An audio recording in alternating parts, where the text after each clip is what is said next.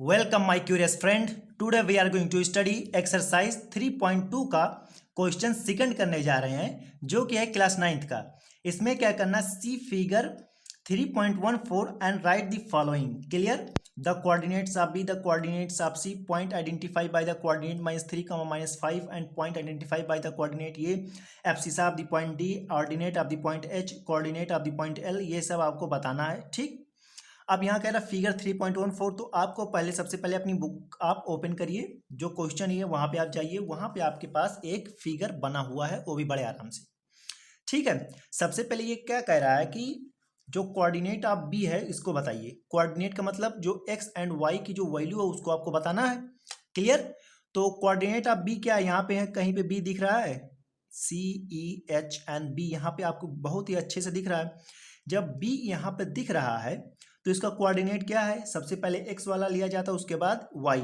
तो एक्स 0 से हम यहाँ गए -5 और वाई क्या है 2 है, तो मतलब -5, 2। तो यहाँ पे हम लिखेंगे -5, 2। क्लियर है? ये इसका आंसर है -5, 2। अब कोऑर्डिनेट ऑफ सी हमको सर्च करना है। क्लियर? तो यहाँ पे सी कहाँ पे है, सबसे पहले आप अपनी बुक खोलिए और यहाँ पे देखिए सी यहाँ पे हमें दिखा। सबसे पहले हमें एक्स पे जाना है, एक्स पे क्या 5 है, वाई पे क्या -5 है, मतलब 5, -5। क्लियर? तो यहाँ पे हम लिखेंगे इसका कोऑर्डिनेट क्या, 5, -5। समझ गए? इसके बाद अब थर्ड वाला क्या है, the point identify by the coordinate. अब यहाँ पर हमें कोऑर्डिनेट दिया हुआ है। ठीक है, क्या कह रहा है कि जो इस वाले कोऑर्डिनेट पे जो पॉइंट का नाम है उसको आपको बताना है। क्लियर है? तो यहाँ पे हम देखेंगे कि -3, -5 कहाँ है। तो हम ये x होता है -3, तो यहाँ पे हम गए -3। क्लियर है यहाँ पर?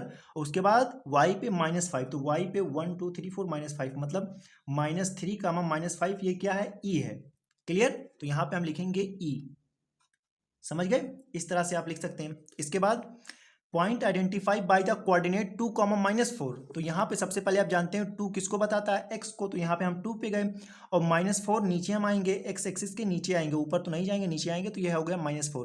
2, -4, तो ये किसको बता रहा है, g को। वो भी बड़े आराम से ये हमने लिख दिया।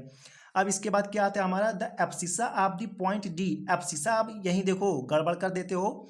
एब्सिसा का मतलब भी आपको जानना होगा, ऑर्डिनेट का नाम बदला, चेंज किया, आप दिमाग लगाए। अगर नहीं आपको आता होगा कि एक्स एक्सिस के कितने नेम हैं तो आपसे गलती हो जाएगी, एग्जाम में आपको नंबर नहीं मिलेगा। एब्सिसा का मतलब ये क्या कह रहा है, x axis of the point D. जो पॉइंट डी है इसका एक्स एक्सिस का जो वैल्यू उसको बताना है। तो पॉइंट डी पर एक्स की वैल्यू क्या है, 6 है। क्लियर है? यहाँ पे आपको 6 लिख देना है।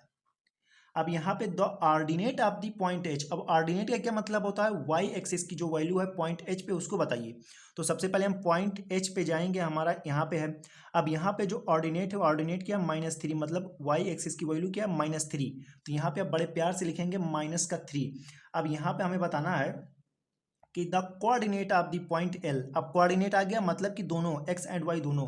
तो यहाँ पर एल की जो कोऑर्डिनेट है वो क्या है, यहाँ पर B D G and E L हमें तो दिख ही नहीं रहा है, यहाँ पे है। ठीक है, एल है। अब यहाँ पे एक्स एंड वाई होता है, तो पहले एक्स पे क्या होगा, 0 है। यहाँ पर वाई एक्सिस पर कहीं पे भी, यहाँ से लेके यहाँ तक इनफाइनाइट तक, वाई एक्सिस पर एक्स की वैल्यू 0 होती है और एक्स एक्सिस पर, इस एक्स एक्सिस पर वाई की वैल्यू 0 होती है। तो यहाँ ये है वाई एक्सिस है और पॉइंट वाई एक्सिस पे ही है। तो यहाँ पर एक्स एक्सिस की वैल्यू क्या होगी, 0 होगी और कॉमा क्या होगा, 5 होगा। समझ गए? एक्स की वैल्यू 0, इस पॉइंट पर एक्स की वैल्यू 0, वाई की 5। क्लियर है? तो यहाँ पे हम लिखेंगे 0, 5। समझ गए? अब वही वाला बात है, coordinate of point M. M हमारा कहाँ पे, यहाँ पे है। यहाँ पे आप बताइए इसका कोऑर्डिनेट। तो आप जानते हैं एक्स एक्सिस पर वाई की वैल्यू 0 होती है और इसी पॉइंट का बताना, ऊपर नीचे कहीं नहीं जाना है। तो यहाँ पे 0 से हमारे -3 तो एक्स की हो गई, वाई की अगर होती तो या तो ऊपर होती या नीचे होती, लेकिन इसी पे है, इसका मतलब 0 है वाई की वैल्यू। तो यहाँ पे आप क्या लिखेंगे, -3, 0। क्लियर है? इस तरह से हो गया, हमारा सारा आंसर आ गया। अब दूसरा तरीका ये है, जैसे क्वेश्चन आपको दिया होगा जब एग्जाम में आप लिखना, तो इस तरह से आप लिखना फर्स्ट। ठीक है? कैसे लिखना, फर्स्ट क्या लिखेंगे आप, बी, कोऑर्डिनेट के बी, तो -5, 2, इस तरह से आप लिखना। सेकंड वाला का कैसे लिखेंगे आप, ये भी कोऑर्डिनेट सी है, तो यहाँ पे पॉइंट आपका सी हो गया, यहाँ पर आपका कोऑर्डिनेट क्या है, 5, -5। थर्ड क्या है आपका, 1 2 3। थर्ड हमारा है पॉइंट आइडेंटिफाई बाय द ई, तो यहाँ पे ऐसे ई लिखना और इसका जो कोऑर्डिनेट है उसको भी आप आराम से लिख देना। थर्ड हो गया। अब फोर्थ क्या था? फोर्थ हमारा था ये भी कोऑर्डिनेट पूछा, तो यहाँ पे आप लिखना जी और यहाँ पर 2, -4।